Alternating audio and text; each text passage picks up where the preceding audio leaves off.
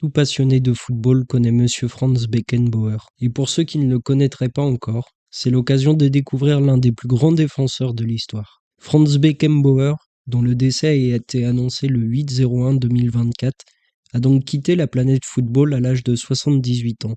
Victime d'une crise cardiaque en 2022, il en gardera d'importantes séquelles et son état ne fera qu'empirer jusqu'à sa mort. Considéré par beaucoup comme l'un des meilleurs défenseurs de tous les temps, et pour beaucoup le meilleur libéraux de l'histoire, revenons ensemble sur une légende du football.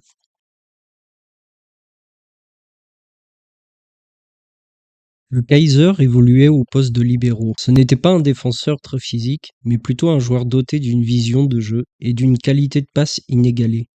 Il a réinventé le poste de DC, notamment en défendant debout, et a de ce fait inspiré beaucoup de formateurs de jeunes qui ont appris à lever la tête lors des relances et à ne pas systématiquement faire des tacles glissés. Il est ainsi devenu une légende en Allemagne, du côté du Bayern de Munich, mais il a aussi contribué au succès de la Nationalmannschaft.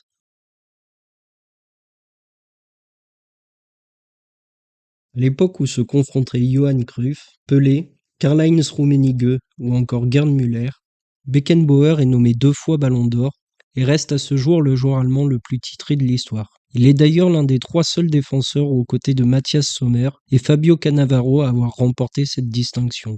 Il remporte également le championnat d'Allemagne à 4 reprises avec le Bayern de Munich, ainsi que la Coupe d'Allemagne. Il remportera la Coupe des clubs champions avec le Bayern de Munich en 74 et 75, et il était bien sûr présent en 76 dans l'équipe du Bayern qui a battu les Verts de Jean-Michel Larquet, Jacques Santini, Hervé Révelli lors de la finale de la Coupe des clubs champions à Glasgow. En sélection nationale, il remporte 1 fois la Coupe du Monde avec la Nationalmannschaft et également le championnat d'Europe.